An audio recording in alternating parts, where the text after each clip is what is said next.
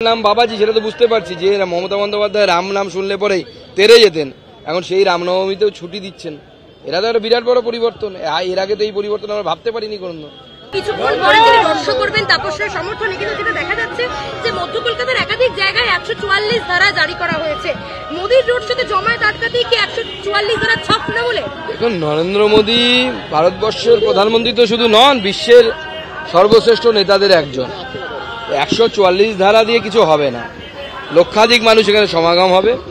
তার আগে মাননীয় প্রধানমন্ত্রী বারাসতে সভা করবেন, যাদবপুরে সভা করবেন এবং তারপরে এখানে আসবেন। এবং এখানে আমাদের প্রার্থী তাপস রায় উত্তর কলকাতার প্রার্থী এবং দমদমের প্রার্থী শিলভদ্র দত্ত দুজনেই থাকবেন এবং দুজনের সমর্থনে আমাদের মাননীয় প্রধানমন্ত্রী এই রোড শো করবেন।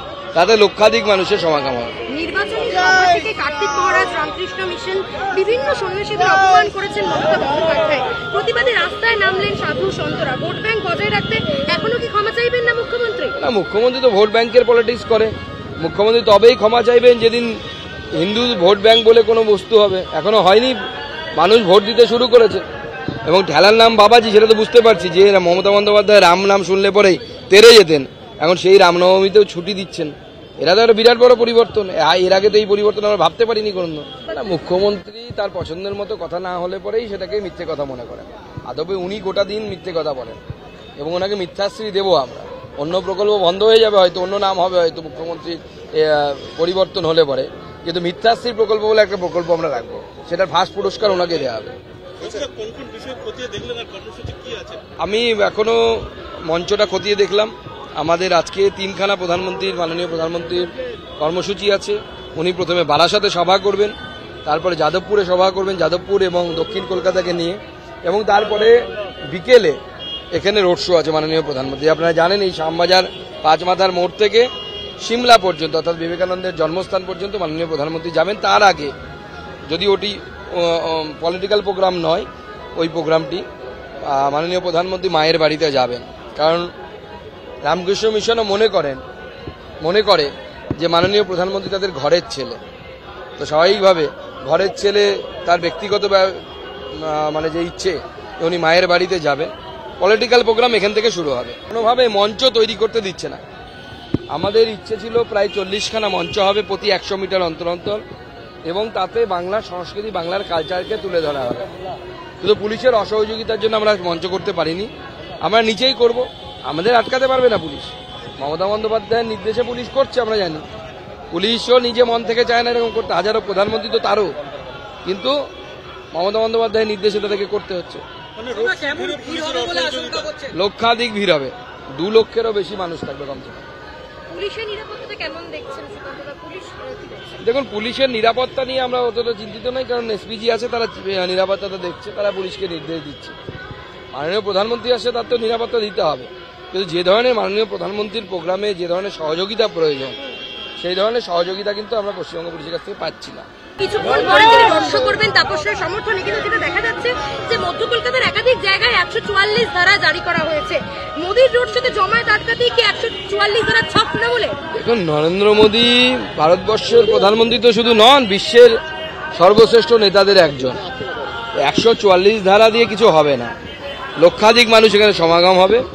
তার আগে মাননীয় প্রধানমন্ত্রী বারাসতে সভা করবেন, যাদবপুরে সভা করবেন এবং তারপরে এখানে আসবেন। এবং এখানে আমাদের প্রার্থী তাপস রায় উত্তর কলকাতার প্রার্থী এবং দমদমের প্রার্থী শিলভদ্র দত্ত দুজনেই থাকবেন এবং দুজনের সমর্থনে আমাদের মাননীয় প্রধানমন্ত্রী এই রোড শো করবেন। তাতে লক্ষাধিক মানুষের সমাগম হবে। নির্বাচনী সভা থেকে কার্তিক মহারাজ, রামকৃষ্ণ মিশন, বিভিন্ন সন্ন্যাসীদের অপমান করেছেন মমতা বন্দ্যোপাধ্যায়। প্রতিবাদে রাস্তায় নামলেন সাধু সন্তরা। ভোট ব্যাংক বজায় রাখতে এখনো কি ক্ষমা চাইবেন না মুখ্যমন্ত্রী? না, মুখ্যমন্ত্রী তো ভোট ব্যাংকের পলিটিক্স করে।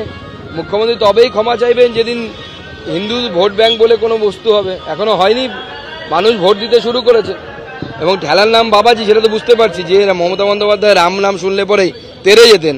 এখন সেই রামনবমীতেও ছুটি দিচ্ছেন, এরা তো একটা বিরাট বড় পরিবর্তন। এর আগে তো এই পরিবর্তন আমরা ভাবতে পারিনি কোনো। না, মুখ্যমন্ত্রী তার পছন্দের মতো কথা না হলে পরেই সেটাকে মিথ্যে কথা মনে করেন। আদবে উনি গোটা দিন মিথ্যে কথা বলেন এবং ওনাকে মিথ্যাশ্রী দেবো আমরা। অন্য প্রকল্প বন্ধ হয়ে যাবে হয়তো, অন্য নাম হবে হয়তো মুখ্যমন্ত্রীর পরিবর্তন হলে পরে, কিন্তু মিথ্যাশ্রী প্রকল্প বলে একটা প্রকল্প আমরা রাখবো, সেটার ফার্স্ট পুরস্কার ওনাকে দেওয়া হবে। আমি এখনো মঞ্চটা খতিয়ে দেখলাম।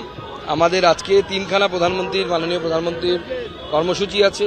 উনি প্রথমে বারাসাতে সভা করবেন, তারপরে যাদবপুরে সভা করবেন, যাদবপুর এবং দক্ষিণ কলকাতাকে নিয়ে, এবং তারপরে বিকেলে এখানে রোড শো আছে মাননীয় প্রধানমন্ত্রী। আপনারা জানেন এই শ্যামবাজার পাঁচমাথার মোড় থেকে সিমলা পর্যন্ত অর্থাৎ বিবেকানন্দের জন্মস্থান পর্যন্ত মাননীয় প্রধানমন্ত্রী যাবেন। তার আগে যদি ওটি পলিটিক্যাল প্রোগ্রাম নয়, ওই প্রোগ্রামটি মাননীয় প্রধানমন্ত্রী মায়ের বাড়িতে যাবেন।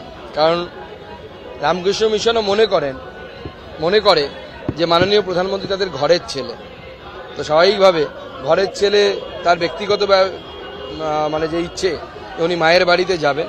পলিটিক্যাল প্রোগ্রাম এখান থেকে শুরু হবে। কোনোভাবে মঞ্চ তৈরি করতে দিচ্ছে না।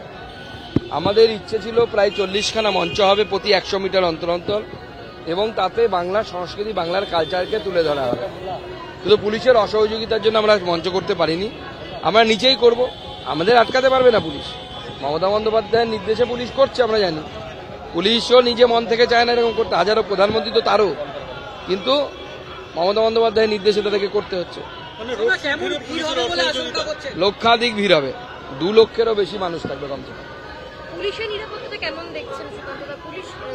দেখুন, পুলিশের নিরাপত্তা নিয়ে আমরা অতটা চিন্তিত নই, কারণ এসপিজি আছে, তারা নিরাপত্তাটা দেখছে, তারা পুলিশকে নির্দেশ দিচ্ছে। মাননীয় প্রধানমন্ত্রী আসছে, তার তো নিরাপত্তা দিতে হবে, কিন্তু যে ধরনের মাননীয় প্রধানমন্ত্রীর প্রোগ্রামে যে ধরনের সহযোগিতা প্রয়োজন, সেই ধরনের সহযোগিতা কিন্তু আমরা পশ্চিমবঙ্গ পুলিশের কাছ থেকে পাচ্ছি না। কিছুক্ষণ পরে তিনি রোড শো করবেন তাপসের সমর্থনে, কিন্তু যেটা দেখা যাচ্ছে যে মধ্য কলকাতার একাধিক জায়গায় 144 ধারা জারি করা হয়েছে। মোদির রোড শোতে জমায়েত আটকাতেই কি 144 ধারা ছাপ না বলে? দেখুন, নরেন্দ্র মোদী ভারতবর্ষের প্রধানমন্ত্রী তো শুধু নন, বিশ্বের সর্বশ্রেষ্ঠ নেতাদের একজন। 144 ধারা দিয়ে কিছু হবে না। লক্ষাধিক মানুষ এখানে সমাগম হবে। তার আগে মাননীয় প্রধানমন্ত্রী বারাসাতে সভা করবেন, যাদবপুরে সভা করবেন, এবং তারপরে এখানে আসবেন। এবং এখানে আমাদের প্রার্থী তাপস রায় উত্তর কলকাতার প্রার্থী এবং দমদমের প্রার্থী শিলভদ্র দত্ত দুজনেই থাকবেন, এবং দুজনের সমর্থনে আমাদের মাননীয় প্রধানমন্ত্রী এই রোড শো করবেন। তাতে লক্ষাধিক মানুষের সমাগম হবে। নির্বাচনী সভা থেকে কার্তিক মহারাজ, রামকৃষ্ণ মিশন, বিভিন্ন সন্ন্যাসীদের অপমান করেছেন মমতা বন্দ্যোপাধ্যায়। প্রতিবাদে রাস্তায় নামলেন সাধু সন্তরা। ভোট ব্যাংক বজায় রাখতে এখনো কি ক্ষমা চাইবেন না মুখ্যমন্ত্রী? না, মুখ্যমন্ত্রী তো ভোট ব্যাংকের পলিটিক্স করে। মুখ্যমন্ত্রী তবেই ক্ষমা চাইবেন যেদিন হিন্দু ভোট ব্যাংক বলে কোনো বস্তু হবে। এখনো হয়নি, মানুষ ভোট দিতে শুরু করেছে, এবং ঠেলার নাম বাবাজি, সেটা তো বুঝতে পারছি যে মমতা বন্দ্যোপাধ্যায় রাম নাম শুনলে পরেই তেরে যেতেন, এখন সেই রামনবমীতেও ছুটি দিচ্ছেন। এরা তো একটা বিরাট বড় পরিবর্তন। এর আগে তো এই পরিবর্তন আমরা ভাবতে পারিনি কোনো। না, মুখ্যমন্ত্রী তার পছন্দের মতো কথা না হলে পরেই সেটাকে মিথ্যে কথা মনে করেন। আদবে উনি গোটা দিন মিথ্যে কথা বলেন, এবং ওনাকে মিথ্যাশ্রী দেবো আমরা। অন্য প্রকল্প বন্ধ হয়ে যাবে হয়তো, অন্য নাম হবে হয়তো।